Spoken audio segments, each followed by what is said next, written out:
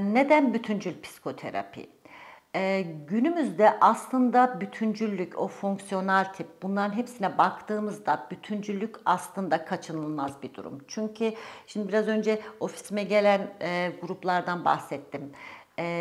Her ülkeden insan geliyor ve aslında dünyada da bunca insan kalabalığına, yani 8 milyar insan varsa hepsinde ayrı duyguyu yaşama, işleme ve ayrı ruhlara sahipler. Dolayısıyla talepler de o yönde çok farklı olduğu için ne kadar bütüncül bakarsak o kadar iyileşmeye daha iyi hizmet edeceğimizi düşünüyorum.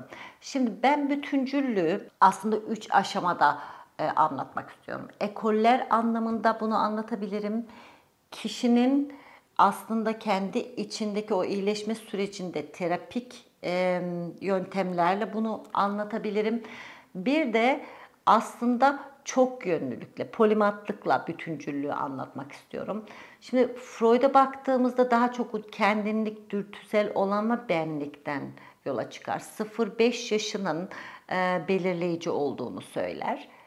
Bilişsel ekoller, yani orada daha çok bilinçaltı hakimken bilişsel ekoller daha çok düşünceyi işleme şekli, kişinin aslında öğrenilmişliği, yani o kondisyonierunglardan bahseder ki birisi bilinçaltını, öbürü de bilinç dışını önemler. Yani birisi bilişsel olanı, öbürü de bilinç dışını önemser. Bu ikisi birbirinden ayrılamaz. İnsan bir bütündür ve parçalanamaz. Dolayısıyla bu ekollerin hepsi önemlidir. Şimdi Jung'a baktığımızda aslında daha da ileri götürür. Ben ötesine götürür. Arketipler vardır. İnsanın aslında özüne ve o birazcık ezoterik olana yavaş yavaş giriş yapar. Daha sonra hümanistik akımlar gelir ve insan varoluşuyla tam ve bütündür der.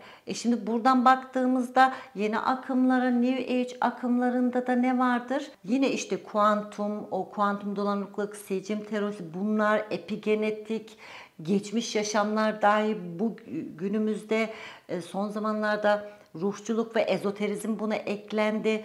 Bunların hepsinden bir arı gibi bal alarak kişinin ihtiyacına göre sunmak dururken sadece bilinçaltıyla insanı görmek ve tedavi etmek çok az gelir. Yani bu birazcık insanı çaresiz de kılar.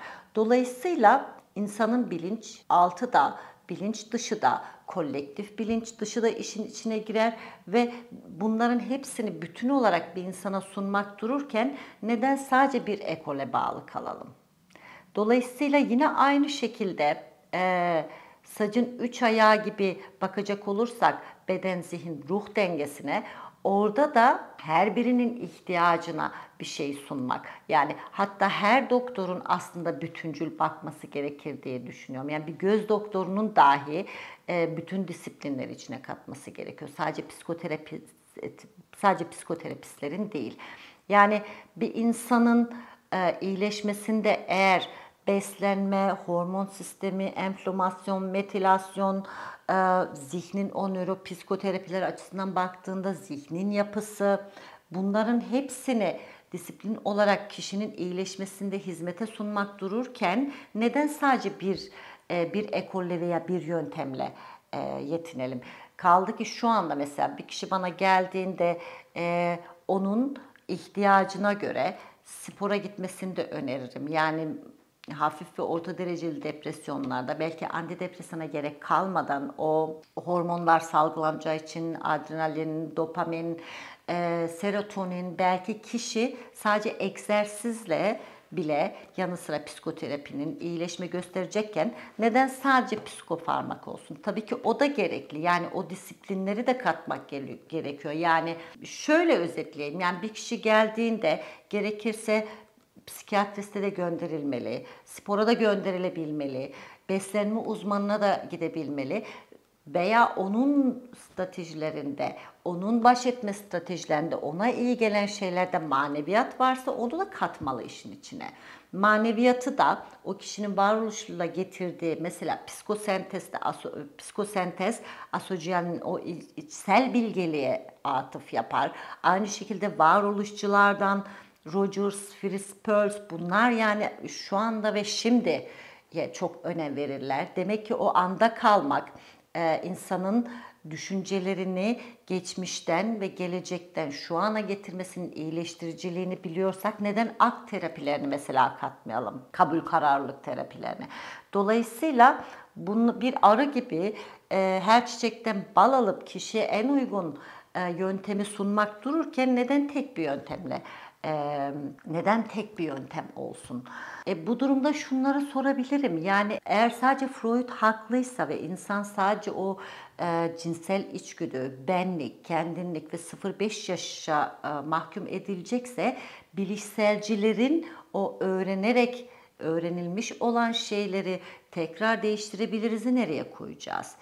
Bu durumda peki Stoacıların o Freud'un sadece benlikte bıraktığı şeyi, Budistlerin, Stoacıların işte tasavvuftaki o beni eğer nefsi iyileştirirsen, beni iyileştirirsen, o benlik dediğini Freud'un aradan çekersen asıl kendin olursun'u nereye koyacağız? Veya işte bu anda kalarak insanın iyileşmesini nereye koyacağız? Ki bunların ne kadar çok iyileştirici etkisi olduğunu şu anda görüyoruz. Veya insanın aslında o en iyileşmiş halinin biraz önce de bahsettiğim limbik sistemden çıkıp neokortekse çıkabilecek güçte olan insanı nereye koyacağız? Sadece benlikte kalırsak. Veya gelişim kuramcılarına baktığımızda Erikson, Wahlberg, gelişim kuramcılarına baktığımızda Erikson, Kohlberg ve aynı şekilde Vygotsky, onların o ta üst insana kadar giden, toplumsal sözleşmeye kadar giden insan modelini nereye koyacağız? Dolayısıyla insan bu kadar çaresiz değil diye düşünüyorum. Yani kendinin yeniden keşfetme, kendinin en iyi versiyonunu yaşama anlamında bütün bunların hepsinin onlara, yani gelen insanlara sunulmasının çok önemli olduğunu düşünüyorum.